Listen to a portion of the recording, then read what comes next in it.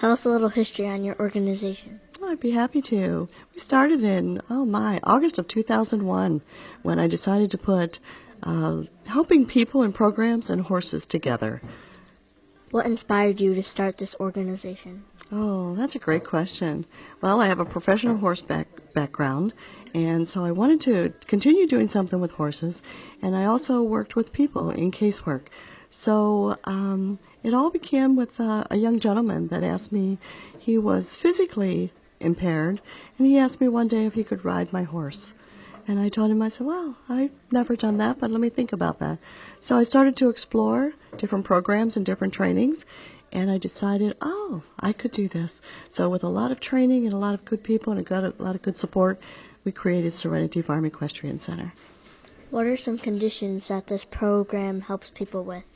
Well, we range from ages 3 to 103, but let's start with therapeutic riding, which normally are children up to some adults. Our oldest is 67, riding horses to maybe it's cerebral palsy, maybe it's learning delays, maybe it's sight and hearing impaired, maybe it's behavioral modification, autism, ADHD, and the horse has a calming effect to help us reach goals. What are some success stories from your program? Oh, we love to share those very much.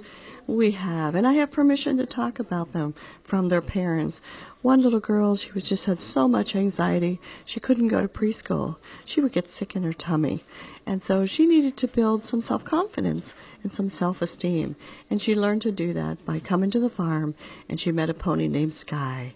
And it was within a couple of weeks that she was combing, brushing Sky, and she learned to ride her.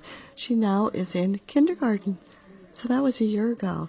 We also have Miss Cameron, and Miss Cameron, her parents were told that when she was diagnosed with cerebral palsy, that she would never walk.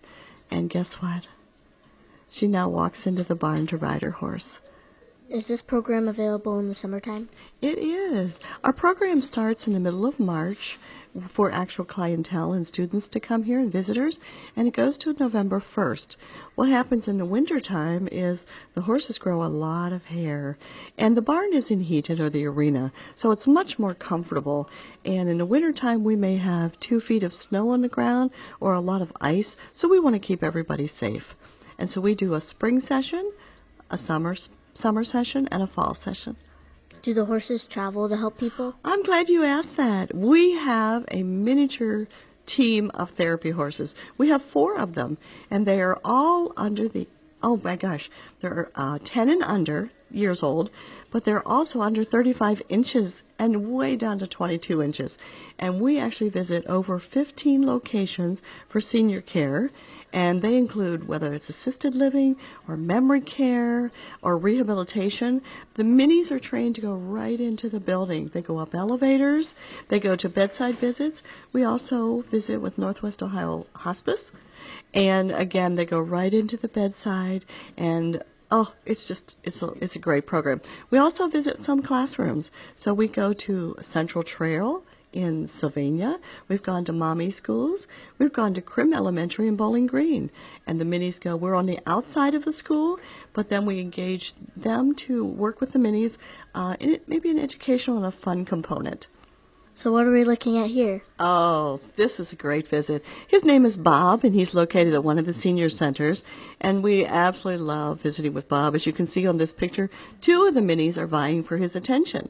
So this was outside. It was a lovely day, and frequently Bob will carry around his camera and take pictures of us. But we were able to capture his picture that day, and he is at one of the senior centers, and we get to visit with him once a month when we're in season. People would like to participate or help out. How can they do that? Oh, nice question again. You have great questions today. 3 different ways. The first one would be volunteering. We like our volunteers to be over age 18, and that's a lot about liability and standards and insurance reasons. And so volunteering can be in a multitude of ways. Within the programs, they can help with fundraising, they can help with cleanup details. The second way is clientele or students. That means that they would like to use our programs, and they call into the office, or they may come through the website and give us an email through the contact page. We also have financial support, and that is when we do our major fundraisers or our pledge drive, and that's where people donate their dollars to help all of those clients take part in our programs.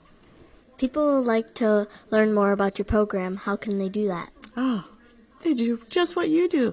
They call on the phone, they schedule a visit out to the farm, or they may email us, or they may go to the website at serenityfarm.org, or they may connect to our Facebook page, and they learn more about us.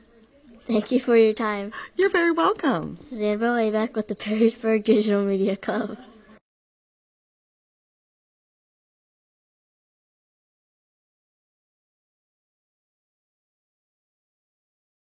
Well, thank you so much for coming on board as a student sponsor. What are your thoughts on this program? Again, I just think this is a great program for anybody because, again, you're getting the news out there, helping people be informed. And again, I like to watch videos. I like to see things locally on my iPad or on my iPhone as I'm eating my lunch or anything. Instead of a newspaper, I do like the video portion of it. So having kids like you come out and interview, I think is great. So what other community activities do you support? We're involved in the local chamber, high school sports here in Perrysburg, Children's Miracle Network, and the Perrysburg Police Department programs. Well, thank you for all you guys do for the community. You're welcome. Thank you. Well, thank you for coming on board as a student sponsor. So what are your thoughts on this program? I think this program is absolutely wonderful. I love that young kids are getting inspired and learning something, keeping them out of trouble, doing things they love, and just growing, because you never know if this is something you want to do one day. This is a great experience for you. Thank you for all you do for the community. You're very welcome. Thank you for coming on board as a student sponsor. What are your thoughts on this program? We are really involved in the community, and we love sponsoring youth that want to get more involved in careers. So thank you for doing what you do for us. What other activities are you involved with the community?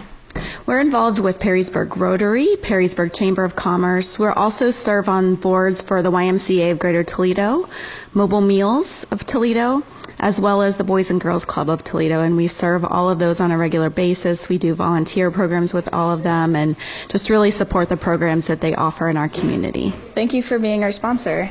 Thank you.